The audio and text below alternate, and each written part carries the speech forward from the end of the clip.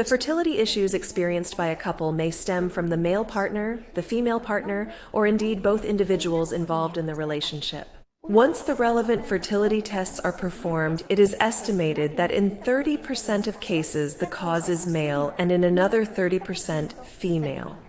The remaining 40% is precisely divided into a mixed or combined cause in 20% of all cases, and an infertility of unknown origin in the other 20% of cases. If there is infertility due to a mixed cause, both partners in the couple would be experiencing fertility issues, which would be leading to the difficulties in conceiving their baby. On the other hand, in cases of infertility of unknown origin, no explanation for the problem is found in the tests that have been conducted.